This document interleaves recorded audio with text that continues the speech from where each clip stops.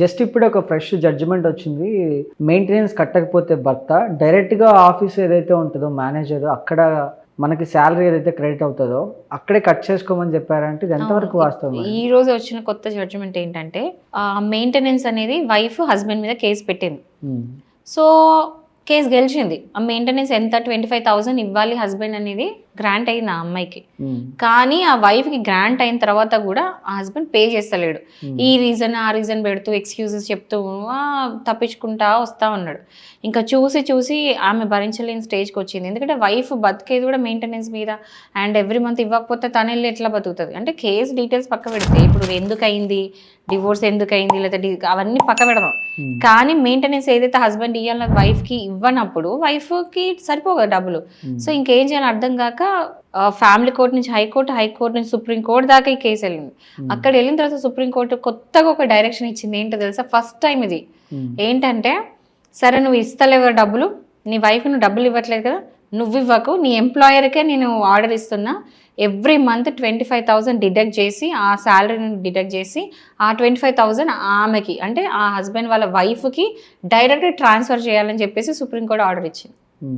అంటే ఇప్పటి నుండి ఇట్లా కూడా జరగవచ్చు. ఒకవేళ మెయింటెనెన్స్ కనుక ఇవ్వడానికి హస్బెండ్ కనుక ఎక్స్క్యూజెస్ చూపిస్తున్నాడు, ఏదేదో రీజన్స్ చెప్పి తప్పించుకుంటా ఉన్నాడు అనుకోండి, సో డైరెక్ట్ కంపెనీ నుండి కూడా డైరెక్ట్ అమ్మాయికే వైఫ్కే మనీ ట్రాన్స్ఫర్ అయ్యేటట్టు కూడా ఒక ఆప్షన్ ఉందని చెప్పేసి ఇప్పుడే అర్థమవుతుంది అనమాట. ఇంకెక్కడ చూసినా మగవాళ్ళకి స్వేచ్ఛ లేదు. ఈవెన్ ఆఫీస్లో కూడా డైరెక్ట్ డబ్బులు వాళ్ళే తీసేసుకుంటే ఇంకా వర్క్ చేసి డబ్బులు వాళ్ళకి ఇచ్చినట్టు ఉంది కదా మేడం. అంతేలేండి, ఇదైతే మీరన్న యాంగిల్లో చూస్తే అది కూడా కరెక్ట్. ఇప్పుడు హస్బెండ్ కూడా ఇప్పుడు సపోజ్ ఎగ్జాంపుల్ ఒక ₹1,00,000 జీతం అనుకుందాం, అక్కడ 25,000 డిడక్ట్ చేసి వైఫ్కి ఇవ్వమని చెప్తున్నారు అనుకోండి. బై ఛాన్స్ అంటే ఇప్పుడు దీన్ని ఒక కేసు అనాలిసిస్ లాగా తీసుకొని మాట్లాడుకుంటే, బై ఛాన్స్ ఇప్పుడు హస్బెండ్ ఆల్రెడీ అప్పుల్లో ఉన్నాడు, ఆల్రెడీ పేరెంట్స్ ఉన్నారు, పేరెంట్స్ ఏదో హెల్త్ ఇష్యూస్ వల్ల అప్పులు చేసి ఉన్నాడు, ఆయనకే హెల్త్ ఇష్యూ, అతను కూడా హెల్త్ ఇష్యూస్ ఉండొచ్చు. అండ్ ఆ అప్పులు లోన్ ఏదైతే ఉందో అది పే బ్యాక్ చేయాలా, లేదా అతనికి సిస్టర్ ఉండొచ్చు, పెళ్లి చేయాల్సిన సిస్టరే ఉండొచ్చు, లేదు ఇంకేమైనా రెస్పాన్సిబిలిటీస్ ఉండొచ్చు.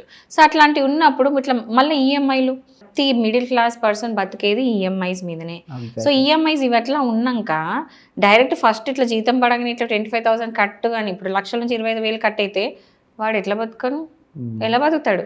అంటే ఇట్లాంటివి కొంచెం అంటే అనిపిస్తుంది, ఏంటిది ఇట్లా కూడా హస్బెండ్ తన ఇష్టపూర్తిగా నేను ఇంత అమౌంట్ ఇస్తున్నా ఇవ్వడం వేరు, బలవంతంగా లాక్కొని ఇవ్వడం వేరు. ఎందుకంటే అతని ఖర్చులు కూడా చెప్పలేం కదా. బట్ ఒకటైతే గుర్తుపెట్టుకోవాలి, ఇది ఓన్లీ సఫర్ అయ్యే మెన్ గురించి మాత్రమే, సఫర్ అయ్యే హస్బెండ్స్ గురించి మాత్రమే నా ఈ స్టేట్మెంట్. బట్ ఎవరైతే కావాలని మ్యానిపులేటివ్గా ఆలోచించి అంటే ఏదో ఫ్రాడ్ లాగా కావాలని ఎట్లని తప్పించుకోవడానికి ఇచ్చే మెన్కి మాత్రం నాకు ఈ స్టేట్మెంట్ అప్లై కాదు.